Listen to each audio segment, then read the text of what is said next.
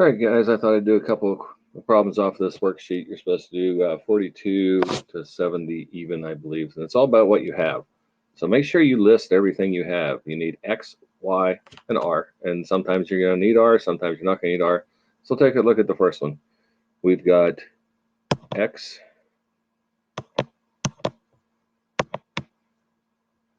See if I can try that again.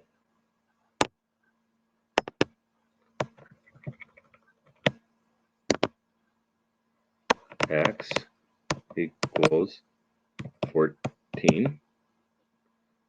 Y equals 17. So I get X is 14, and I know tangent from my given information is y over x on the fact sheet. So I have y and x. So tangent of 14 over 7 is this y, 17 over x, 14. And that's your trig ratio. Nothing reduces, so you're done with that one. So let's look at 50, where I have secant. I need secant of theta. Well, I know that x is negative 17, negative root 17, and y is negative 8.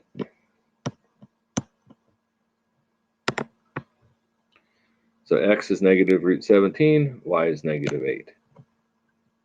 Secant requires me to have the hypotenuse, which is r. So I'm going to need to put in my calculator the square root of negative 17, negative square root 17, plus squared, plus negative 8 squared. And then the square root of parentheses negative square root 17 squared plus the parentheses negative 8 and parentheses squared. And you have to use those parentheses in the calculator if you're going to do it that way. Otherwise, just take the square root, negative square root of 17, square it, and you end up getting 17, and take the square, or take negative 8, square it, and you get positive 64. Hang on here.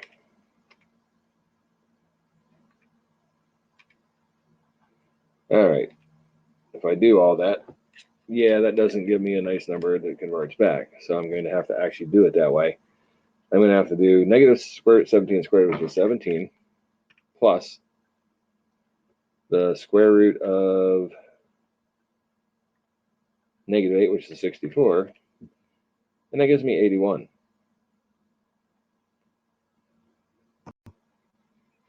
Which is 81, and the square root of 81 is 9. So I end up with r equals 9. So I have x, y, and r. And in secant, for secant, I need r over x.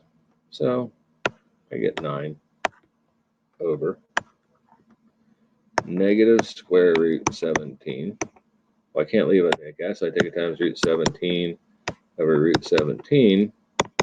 That equals 9 root 17 over 17. I see negative. A negative 9 root 17 over 17. And sometimes they get a little complicated like that.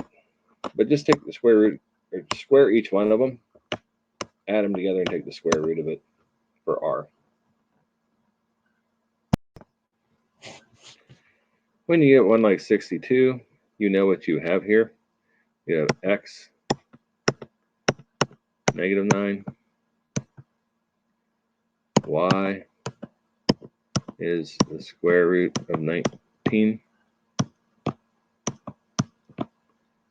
And this thing doesn't want to read today.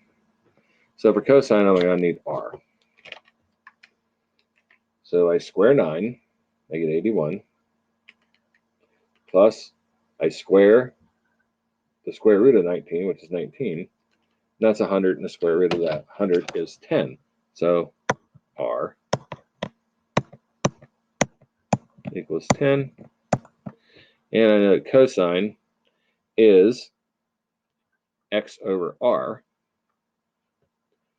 So cosine of theta is going to be 9/10. They can work out with square roots like the last one did, or without them. So you have lots of them to do here. So there's good practice. The answers are on the last sheet, so you can keep going for those to take a look at them and see how you did.